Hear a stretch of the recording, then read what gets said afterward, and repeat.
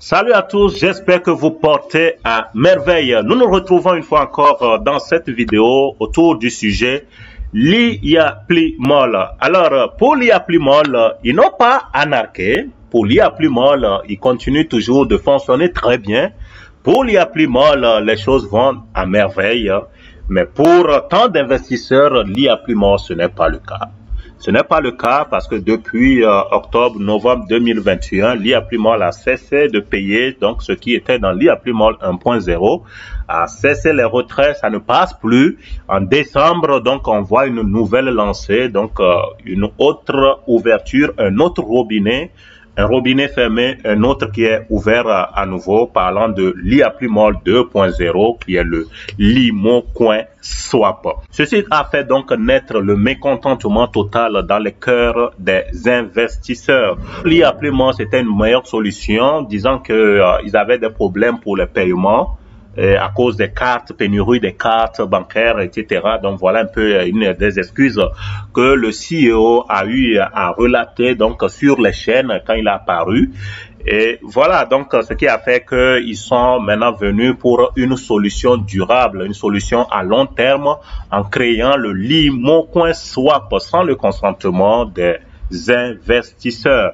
C'est vrai, donc c'est le Limo Coin Swap 2.0, c'est une très bonne solution, ok, c'est une meilleure solution normalement, n'étant ouvert maintenant à tout le monde avec cet utility token, donc c'est très bien, tout le monde peut aller investir et c'est tradable un peu partout, donc c'est ça qui est très bon, ok, ça c'est bien, il n'y a pas de problème. Mais le fait de ne pas donner le choix aux investisseurs, c'est là le problème, ok? Parce que le l'IA+MOL pouvait toutefois dire que, ok, les investisseurs, nous sommes frappés par ce dilemme, ok? Des difficultés pour les retraits, donc vont s'en suivre à cause du manque de cartes, ok? Bon, mais nous vous donnons donc le choix de continuer, vous allez terminer vos contrats, puisque en investissant son argent, c'est un contrat, ok? Vous terminez. Et après, donc voilà, un autre robinet ouvert déjà. Donc voilà, pour ceux qui déjà veulent investir, donc la solution est pour à long terme avec ce utility token qui est le Limo Coin Swap. Mais il ne donne pas le choix, il ferme le robinet en disant que c'est une solution. Maintenant, en quoi cela serait vraiment une bonne solution pour ceux qui ont mis des millions, milliards dans le l'IA+MOL 1.0, espérant donc toucher leur dû et qu'ils sont maintenant bloqués.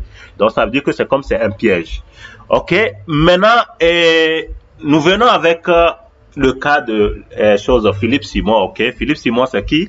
Lui, c'est un entrepreneur, vraiment un influenceur donc dans la communauté tout entière africaine. Ok, c'est aussi un Camerounais comme Émile Sim. Il est le détenteur de la chaîne YouTube Investir au pays qui a aujourd'hui beaucoup d'abonnés, près de qui a presque un demi-million d'abonnés actuellement. Il a beaucoup d'influence aujourd'hui, que ce soit au niveau de la diaspora, au niveau de l'Afrique. Donc il essaie aussi de sensibiliser, il essaie de motiver les jeunes au niveau de pour l'entrepreneuriat à investir plus dans leur pays en Afrique, ok? Et c'est une bonne chose, c'est très bon, ok? Et voilà, donc c'est quelqu'un aussi qui est à l'affût des actualités, donc il met tout, donc toutes sortes d'actualités aussi, un peu reliées aussi, qui parlent plus de l'Afrique, donc voilà, il parle tout de ça, donc voilà un peu. En tout cas, il a félicité pour ça, ok, donc c'est très bien. Cependant, donc, il a abordé aussi le sujet de l'IA+MOL. Donc, d'abord, au début, avec le l'IA+MOL, lui-même aussi, il était apparu quand ça faisait du boucan. Donc, lui-même aussi, il a parlé de ça à sa communauté de faire beaucoup attention. Et maintenant, quand les choses ont pété, donc, il est aussi encore revenu sur le cas de l'IA+MOL. Voilà. Et il essaie de toujours d'aller aux informations pour venir relater beaucoup de choses. Voilà. Et je me dis, ok, en tout cas, d'abord pour réveiller encore les gens, ok, donc c'est ça qui est bien, d'accord. Plus tard, même sur les réseaux, c'est comme c'est devenu une question de tribalisme, ok, donc entre les Bamileke ou quoi, je sais pas trop, donc au Cameroun là-bas, et ceux qui sont Camerounais en savent mieux. Mais plus ils poussent avec le l'IA+MOL, mais après tout, on a l'impression que, ou bien, est-ce qu'il ne fait pas attention lui-même, il ne serait pas manipulé bizarrement par le l'IA+MOL, parce que en voulant donc lui il utilise les réseaux donc comme YouTube pour combattre l'IA+MOL. Mais l'IA+MOL aussi, on sait que Lia Plimol contrôlait une partie vraiment des médias. Hein. Il contrôlait une partie des médias, des choses qui peuvent sortir, des actualités, des informations. Tu peux aller sur Google, n'importe qui peut créer aussi un site et puis il met son blog et puis il met des choses. Voilà, donc certaines informations que lui-même il peut aller chercher peuvent s'avérer fausses. Juste parce qu'on veut que tu prennes ces informations. Au fait, toi, tu parles, quelqu'un va aller lui dire, il parle de certaines choses. Mais c'est ça qu'on veut de toi, c'est ce qu'on a voulu que tu fasses au fait. Mais toi, tu crois que tu es en train de combattre, mais c'est ce qu'on a voulu de toi, au fait. Quand on prend le cas où il est venu parler du puits, ok, mais après lui-même, il dit que non, bon, il s'avère que le gars, c'est pas vrai, le puits ne l'appartient pas. Après, lui-même, il vient dire encore que, on voit que le gars, il y a des informations qui courent que, le gars, il n'a plus rien, que même un proche de Émile Touré dit que voilà, c'est ça, que, Lia Plimol, Émile Parfait en train d'endurer en ce moment. Il se pourrait que qui était proche de lui là est venu t'utiliser au fait. Donc tout ça là rentre en jeu parce que et après tout on dirait donc qu'il n'a plus rien et qu'il aurait été arnaqué aussi par d'autres arnaqueurs, qu'il aurait été arnaqué aussi par d'autres investisseurs, d'autres actionnaires disons.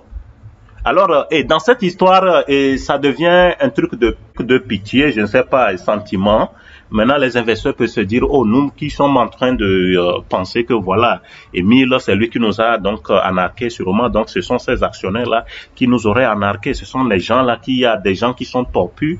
Il y a des gens qui sont en bas, là. C'est eux qui sont venus manigancer toutes les choses.